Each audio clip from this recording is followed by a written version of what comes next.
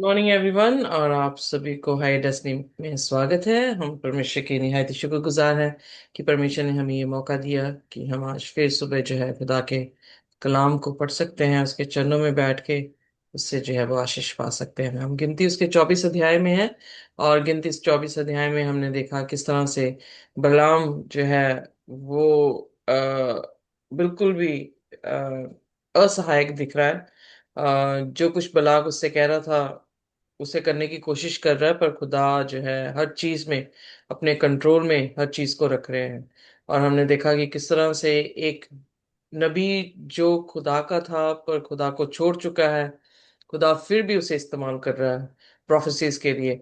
और वो जो है इज़राइल को किस तरह से जब उसने देखा तो इज़राइल के सामने देखते ही जो है वो उसके लिए जो है आशीष जो है वो मांगने लगा, जिसमें हमने देखा कि वो इज़राइल को या यकूब के घराने को जो है एक वृक्ष के मानिंद, एक पेड़ के मानिंद है, देवदारू के मानिंद देख रहा है जो जल के किनारे लगा है।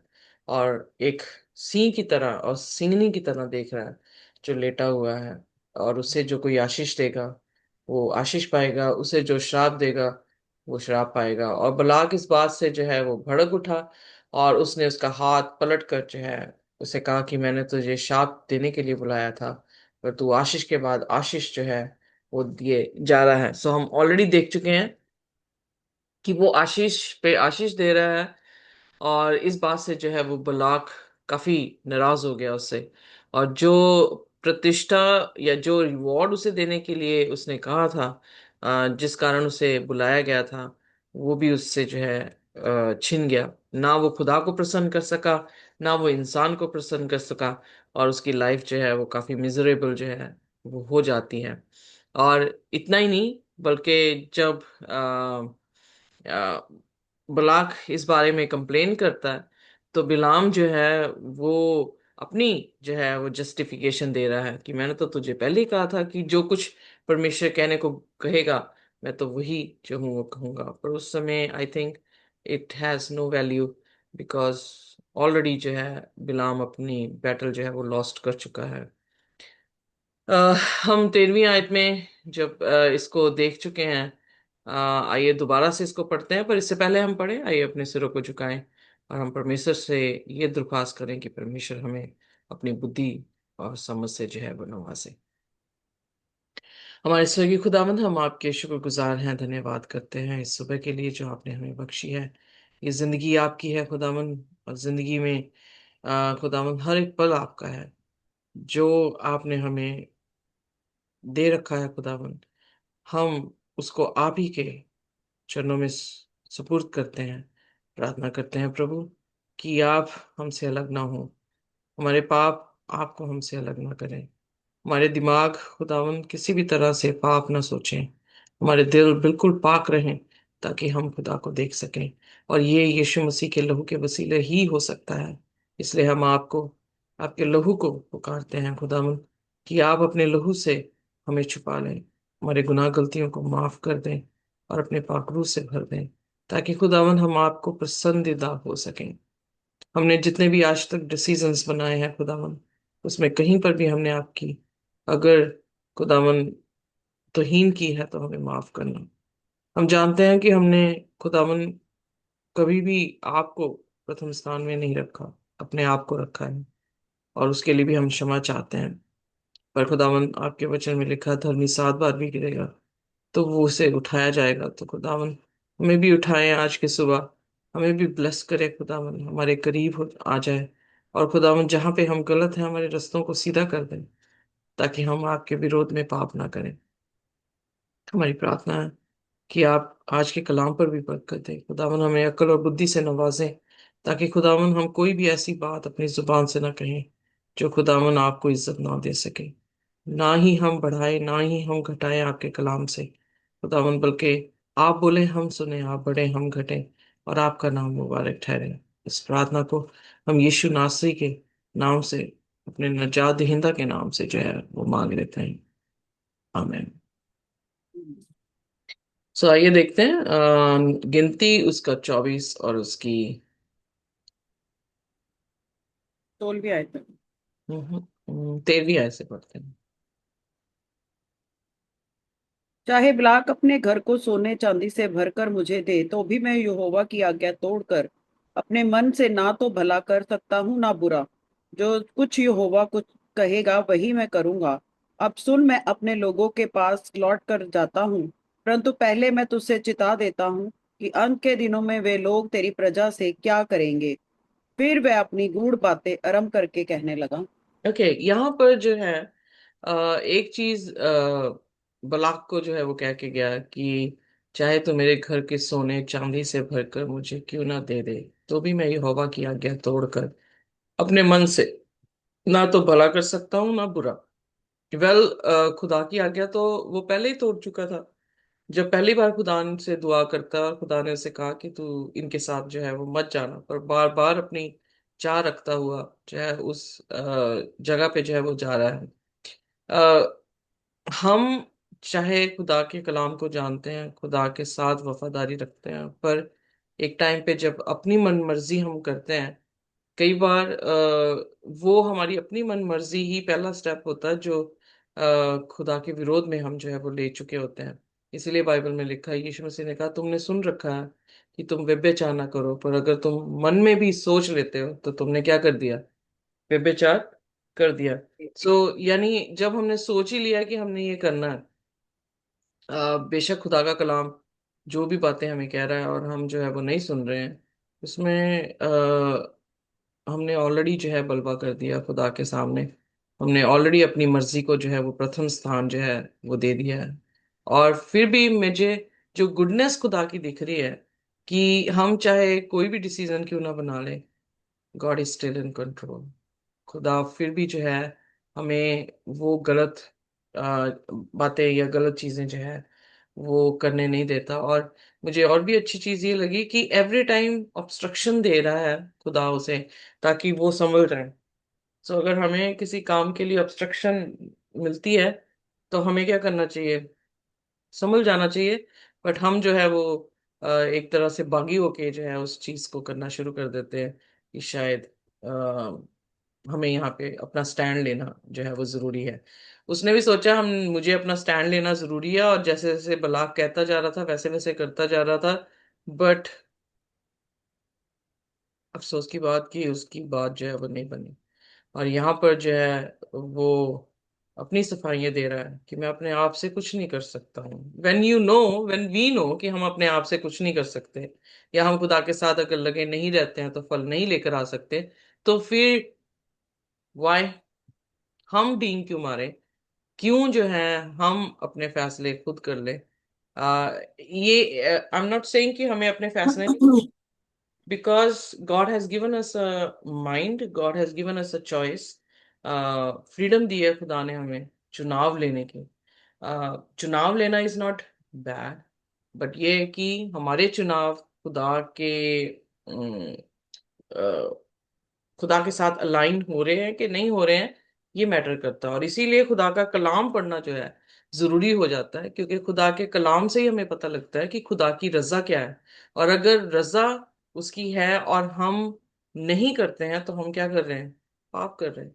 मतलब जानते हुए भी अगर हम वो चीज नहीं कर रहे हैं तो उसे क्या कहा जाता है? पाप कहा जाता है। सो इसीलिए बाइबल में लिखा, if you know and you don't do, it is सिन।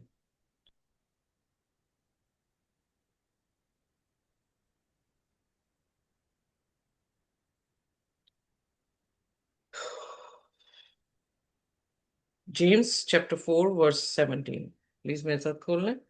याकूब की पत्री उसका चौथा अध्याय और उसकी 17वीं आयत। जी। Thank you. इसलिए जो कोई भलाई करना जानता है और नहीं करता, उसके लिए ये पाप है।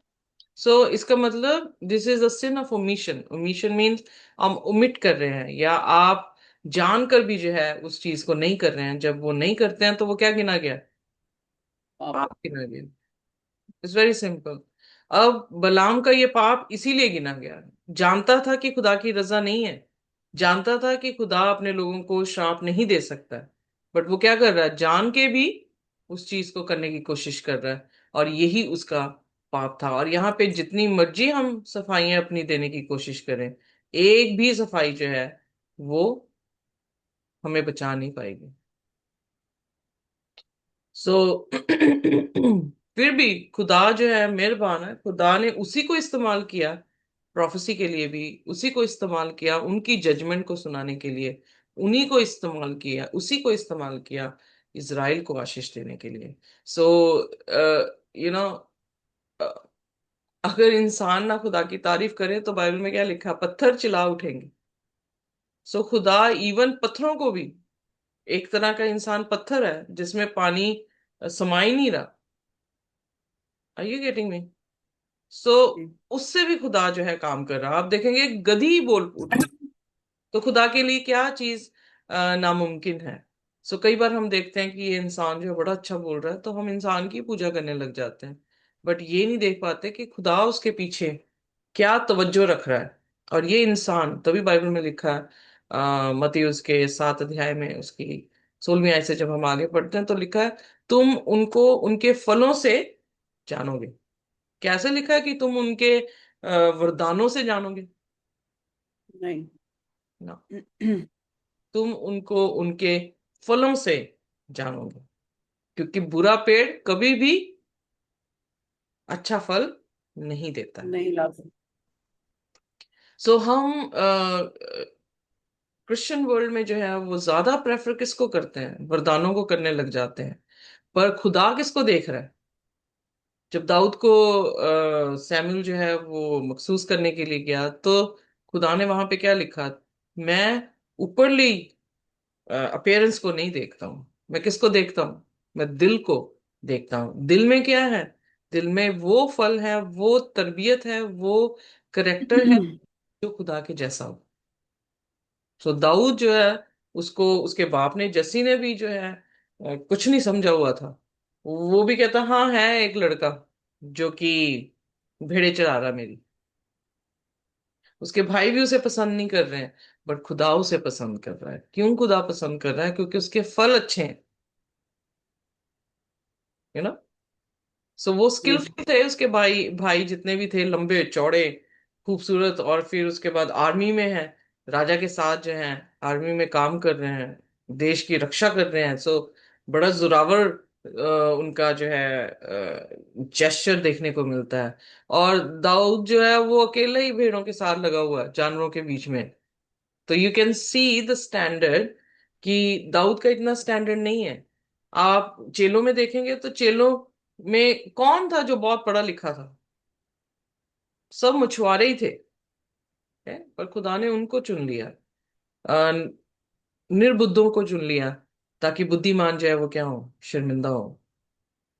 सो इसलिए लो प्रोफाइल अपनी हमेशा रखनी चाहिए, ताकि खुदा के सामने हम हलीम रहें, किसी भी चीज का घमंड ना करें। हमारे स्किल्स आज हैं कल नहीं रहेंगे, हमारे पास पैसा है आज है कल शायद ना रहे, हमारे पास जिंदगी है आज कल नहीं रहेगी, हमारे पास सेहत है आज कल शायद ना रहे। बट क्या रहने वाला है? खुदावन यीशु मसीह और उसकी तरबियत, उसके फल जो वो हमारे बीच में जो है वो दे रहा है। और वो तभी होता है जब हम खुदा के साथ लगे हैं, खुदा की रजा को जान रहे हैं, खुदा की रजा के अनुसार जो है हम चलते हैं।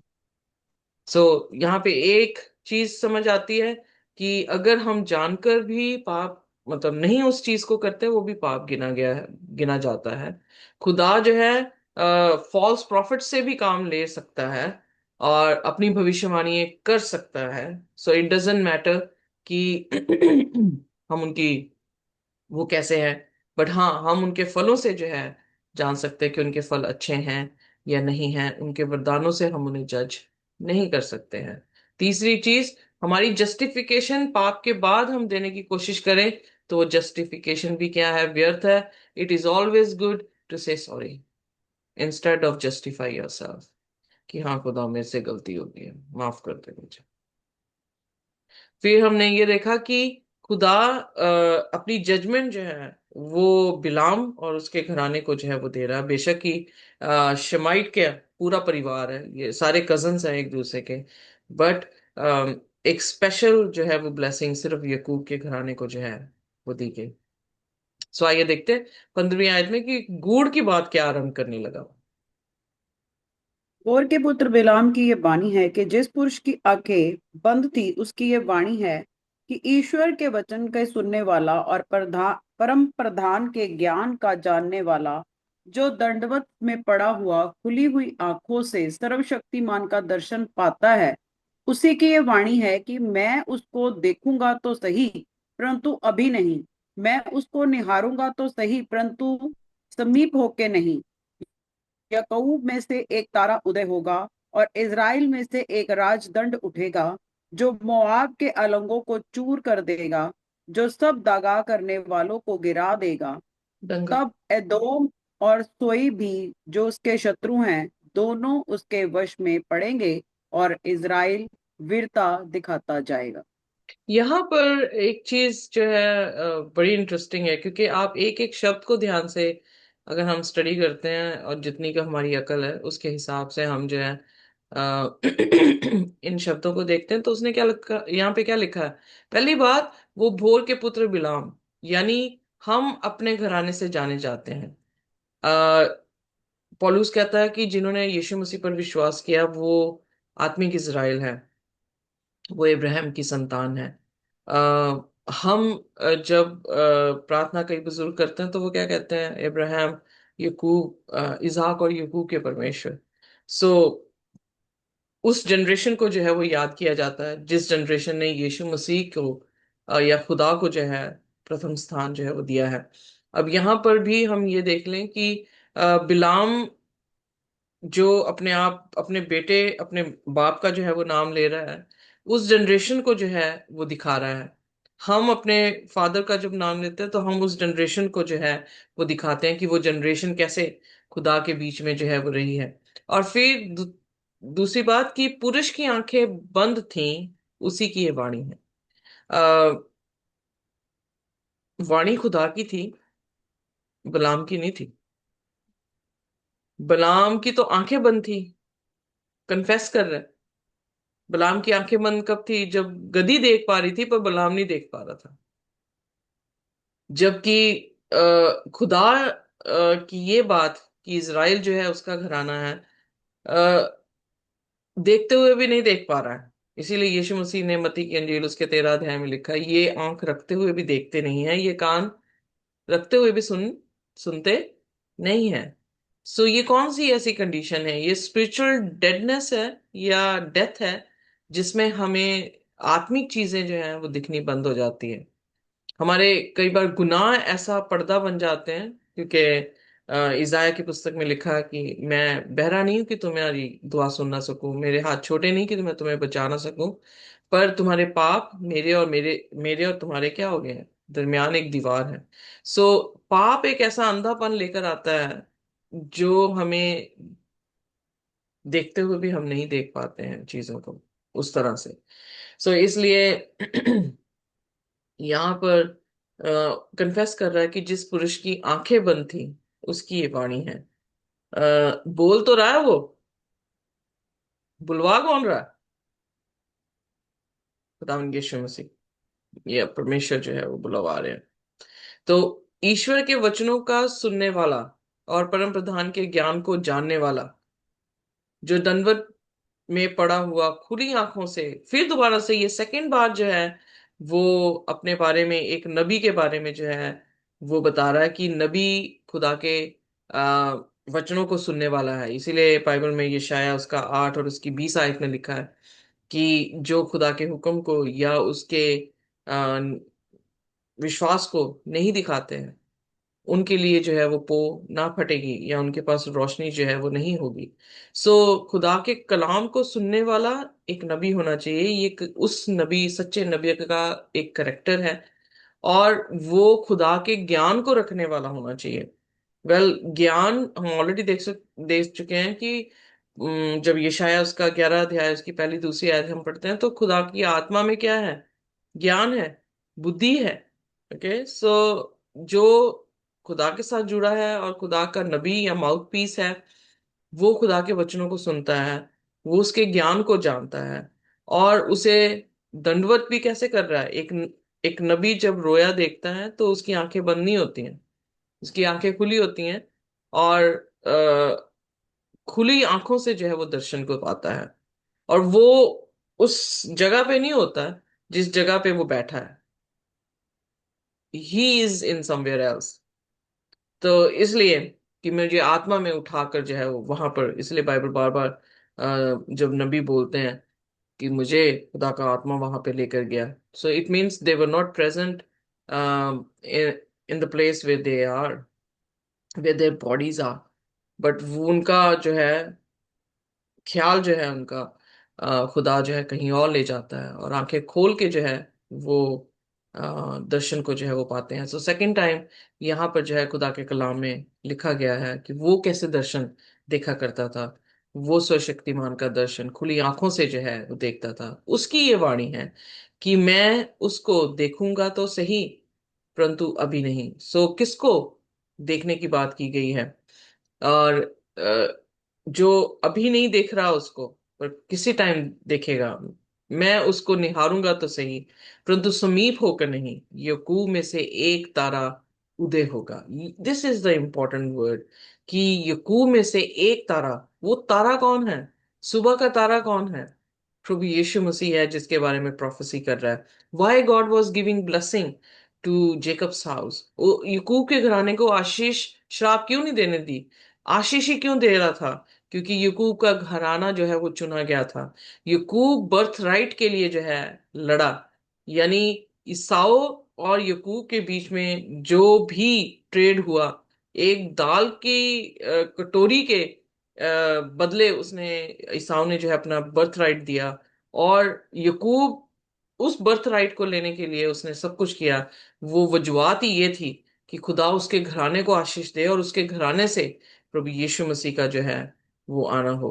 सो यकूब में से एक तारा उदय होगा, और इज़राइल में से एक राज दंड जो है वो उठेगा। सो यशायाह की पुस्तक में ऑलरेडी आई थिंक इसका जिक्र 9वें अध्याय में जो है वो किया गया है कि प्रभु यीशु मसीह जो है वो राजकुमार, यीशु मसीह को जो है वो कहा गया है। सो खुदा का शुक्र है कि दिस मैन, आई मीन